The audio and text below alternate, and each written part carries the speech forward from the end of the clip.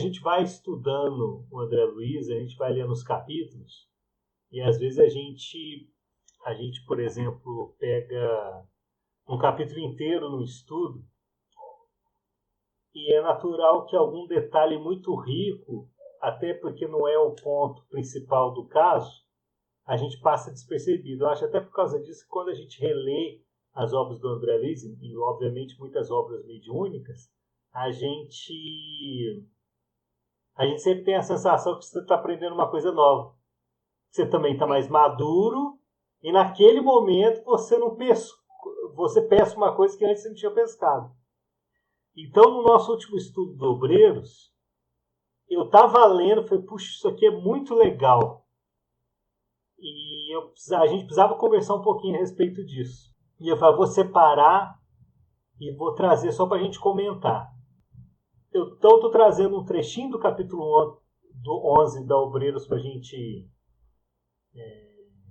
dar uma analisada. Vai valer a pena, porque eu li, fiquei muito vislumbrado e falei, não, eu preciso dividir isso com a Lu e, obviamente, com o YouTube. É isso, Lu.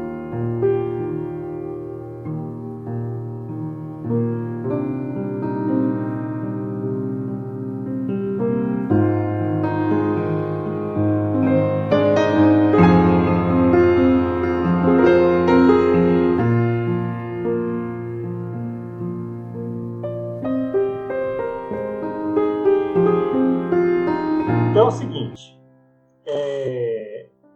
no capítulo 11, intitulado Amigos Novos, na página 173, eu peguei um trechinho para a gente ler aqui, que é da volitação que o André Luiz faz. Fascinante que é essa vida fora do corpo físico. Então ele diz o seguinte, da pequena cidade em que se localizava o primeiro visitado, né, eles estavam visitando, né, eles saíram lá da casa transitória e foram fazer aquelas visitas, e depois a gente se surpreende no final com aquela visita que ele percebe que o nosso querido Bezerra de Menezes está na casa, né, e é muito bacana mesmo. Quando ele faz visita com aquelas pessoas que estão próximos para desencarnar.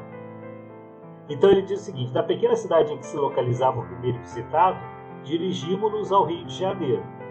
Então, olha só, eles foram de uma cidade para outra, né? Para outra. Eu estava lendo e falei, nossa, que coisa fantástica. Só que assim, a gente passa despercebido, passa batido, porque depois tem outras coisas que te emocionam, e aí é necessário depois voltar num outro momento. E acho que por causa disso dá esses efeitos de sempre lendo, a gente pesca uma coisa bacana para a gente refletir. E aí o André Luiz comenta o seguinte, utilizávamos a volitação, prazerosos e felizes. Imagina que coisa maravilhosa, né, Lu? Deve ser mesmo. Deve ser uma coisa... E aí ele diz o seguinte, fala-se muitas vezes, entre os encarnados, na possibilidade da criação do aparelho de voo individual. Todavia, ainda que se efetive a nova conquista, o peso do corpo físico, os cuidados exigidos pela máquina de propulsão e os riscos de viagem não podem, de modo algum, substituir a segurança e a tranquilidade que nos enchem de tamanho bem-estar.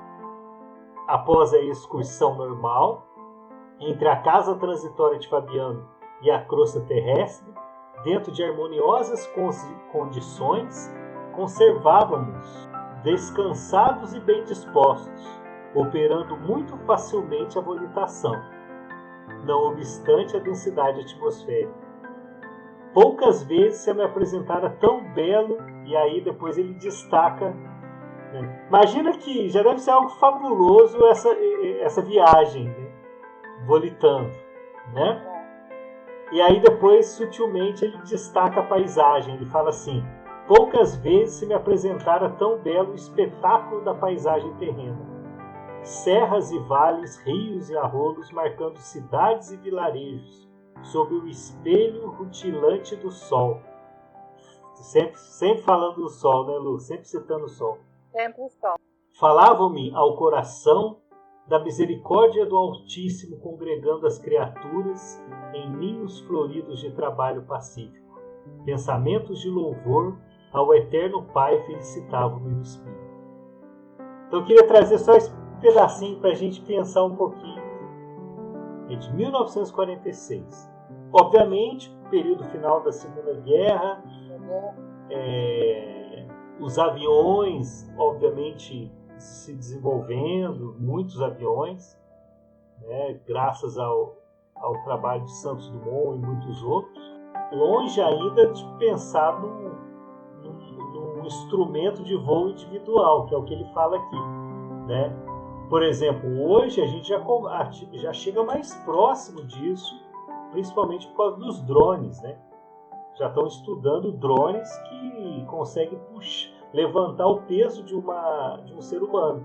Em breve, esse voo individual vai acontecer. Só que não deixa de ser perigoso. Não deixa de ser perigoso. Porque o corpo da gente é muito frágil, né? E é contra... Quer dizer, você está atuando meio contra a física aqui, né? Tipo, né? Então você depende de uma máquina, você depende da propulsão, você depende de uma série de fatores. É claro que hoje o avião é o segundo meio mais seguro aí de voo, de transporte, né? Só perde para o elevador, né? Então, assim, dadas as estatísticas, só que assim, a gente tem um pavor, e eu, pelo menos, algumas pessoas ficam, né, angustiadas de voar, né?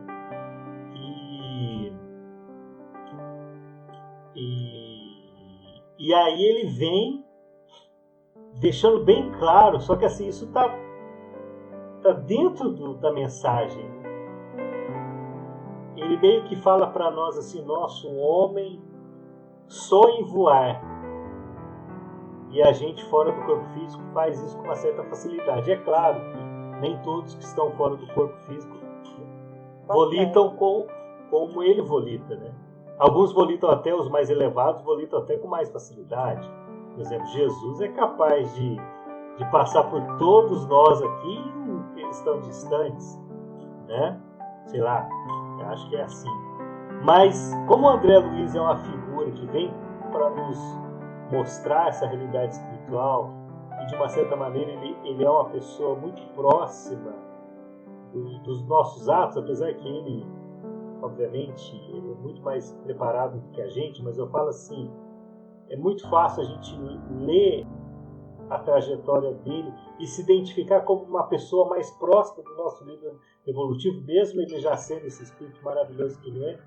E aí ele conta esse episódio dele volitando, né? Falando que o corpo físico é muito pesado, né? E aí, obviamente, ele está volitando e aquilo não tem risco nenhum para ele. E aí ele consegue vislumbrar uma paisagem que, com certeza, também fora do corpo físico, chega a ser mais bela. Mais bela. Né? E eu falo uma coisa com você, né, Lu? Mesmo assim, a gente consegue, dentro do corpo físico, vivendo aqui na Terra, ainda ficar admirado com tanta beleza que tem. Mas do lado de lá, que é a vida real, eu acho que a beleza ainda é maior. É maior. Com certeza. E obviamente a gente tem que fazer por onde. Mas eu achei assim, tão legal esse trechinho, falei, não, eu preciso ler novamente, porque ele dá esse destaque, ele mostra que ele está volitando, ele está indo, obviamente, dá a entender de uma cidade a outra com uma facilidade absurda, e ele fala do sonho humano de voar, de voo individual, e aí ele faz essa analogia, essa comparação. É muito bonito, porque é um assunto que eu já pensei muitas vezes. Né? Puxa, que legal seria se a gente pudesse voar, se a gente pudesse... E aqui fora do corpo físico isso está acontecendo. Né? E obviamente ele está fazendo isso. Eu vou dar uma dúvida, não sei se teve. Esses livros deles foram psicografados pelo André Luiz, mais ou menos nessa década, de 40, né? 50, isso, deve ser. Isso, no final da Segunda Guerra. A maioria dos livros dele? Tudo lá no final dos anos 30. Mas ele tem algum atual ou ele não... Não, depois ele teve umas de mensagem, né? Mas a trajetória foi até o final dos anos 60, Mas eu acho que depois ele continuou ali junto com o Chico, né? E ele continuou com o nosso lar, né? Atuando ali. Mas é muito bonito. Né? Muito bonito, muito bonito. Se eu não me engano, olha para você aqui, ó. Bom, o Entre a Terra e o Céu é de 54, por exemplo. E assim, obviamente já trouxe ensinamento para... A gente vai desencarnar, depois vai encarnar de novo e vai estudar André Luiz de novo. Assim. Tomara! Não, com certeza. Ó, sinal verde, eu tô com sinal verde aqui, ó, o livro de mensagem. Deixa eu ver se eu consigo pegar que ano que ele é. 72. Primeira edição lançada aqui, 72. Né, nesses duas décadas ele escreveu essa trajetória. Que é muito atual, né, Lu? Muito, você lê, você fala assim, parece que escreveu ontem, assim. É porque a gente está muito atrasado, né, perto do plano espiritual, né? Então, aliás, eu acho que eles ainda estão bem na frente, né? É lá de 40 e tanto, mas estão, né? Não, e assim, e claro que tem vários trechinhos que a gente fica encantado, né? Mas esse aqui da volitação me chamou muita atenção. Para deixa eu dividir com a Lu esse trechinho que vale a pena a gente pensar. E esse capítulo eu gostei muito, viu? Eu achei muito interessante, né? Falam também de desencarne de outras pessoas que seguiam outra religião também. Né? Nada impede deles terem também, né? Um amparo, por isso que eu falo, religião não tem importância, vai o bem que você faz. Com a religiosidade que está dentro do teu coração. Né? É verdade. É isso aí.